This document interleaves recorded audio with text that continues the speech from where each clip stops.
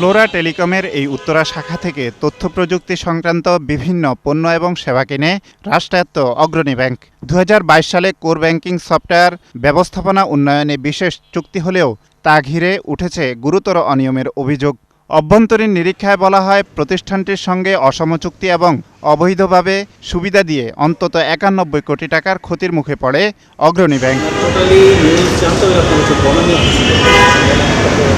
নিরীক্ষা অনুযায়ী চুক্তির শর্ত পরিপালন, পেছনের তারিখে কার্যকর এবং অতিরিক্ত রক্ষণাবেক্ষণ ফি পরিশোধের মাধ্যমে অনৈতিক সুবিধা দেওয়া হয়। যেমন 2022 সালের সংশোধিত চুক্তি 2020 সালে কার্যকর দেখিয়ে ক্ষতি হয় অন্তত 5 কোটি টাকা। 17টি সফটওয়্যার মডিউলের 6টি সক্রিয় না হলেও পরিশোধ করা হয় আরও 60 কোটি টাকা। এছাড়া চুক্তির বাইরে গিয়ে ওই প্রতিষ্ঠানের 44% কর চাপানো হয় ব্যাংকের উপর। এটা তো টেকনিক্যাল জিনিস, এখানে আপনি কি কিনছেন,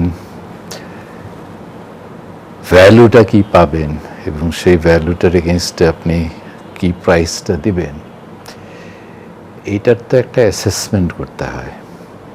কোন ধরনের আইটি সিস্টেম দিয়ে আমরা সেবাকে আরও উন্নত করতে পারবো এবং কস্ট ইনকাম রেশিওটা কমাইতে পারবো, এফিসিয়েন্সি বাড়াইতে পারবো। Core banking system, Temenos T24 software সহ বিভিন্ন সেবায় বিপুল অর্থ ব্যয় হলেও কাঙ্ক্ষিত সুফল পায়নি অগ্রণী ব্যাংক। কারণ পুরনো ভার্সন ব্যবহারে গুনতে হয় বাড়তি ফি। পরে তা আপডেট করতে আরও 64 কোটি টাকা ব্যয় হলেও তা শেষ হয়নি দীর্ঘদিনেও। অথচ এজন্য ফ্লোরা টেলিকমকে দেওয়া হয় 60 কোটি টাকার লাইসেন্স ফি। ম্যানেজমেন্ট তো জানে এইগুলি ভাই, না জানা তো না, তুমি তো বুঝো এই জিনিস।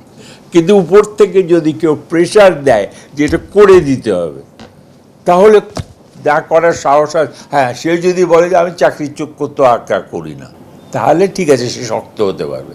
কিন্তু যার সেই ভয় নাই, সে তো মেনে নিতে বাধ্য হবে।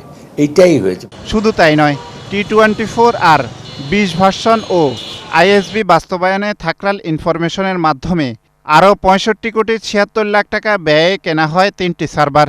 কিন্তু এসবও অব্যবহৃত অবস্থায় পড়ে আছে দীর্ঘদিন ধরে।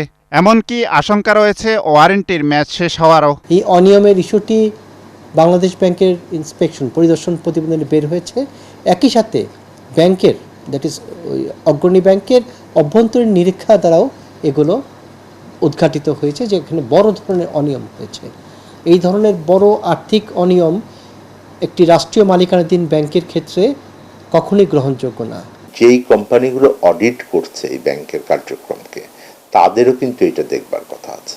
এবং আমি মনে করি যে সময়ে সময়ে ইনস্টিটিউশনাল অডিটও হওয়া উচিত। একটা তো ফাইন্যান্সিয়াল অডিট হয়, কিন্তু ইনস্টিটিউশনাল অডিটরও দরকার। এবং এটা একইভাবে যেমন কেন্দ্রীয় ব্যাংকেরও বিষয় রয়েছে, এবং অন্যভাবে আমি যদি বলি এফআইডির উচিত এইটা সার্বিকভাবে ওই ব্যাংকের বাইরে গিয়েও পেশাদারি অডিট ফার্ম দিয়েও করানোর দরকার রয়েছে। এসব অনিয়মের জন্য কোনো ব্যবস্থা নেওয়া হয়নি ফ্লোরার বিরুদ্ধে। উল্টো পরিশোধ করা হয় প্রায় 3.5 কোটি টাকার বাড়তি বিল। ওই বিষয়টা আমি ওইভাবে কিছুই জানি না, আমি কি বলবো, আমি তো কিছুই জানি না। সব মিলিয়ে আইটি খাতে 312 কোটি টাকা ব্যয় করে অগ্রণী ব্যাংক, কিন্তু হালনাগাদ হয়নি কাঙ্ক্ষিত সফটওয়্যার। আব্দুল জাহের আনাস, 71, ঢাকা।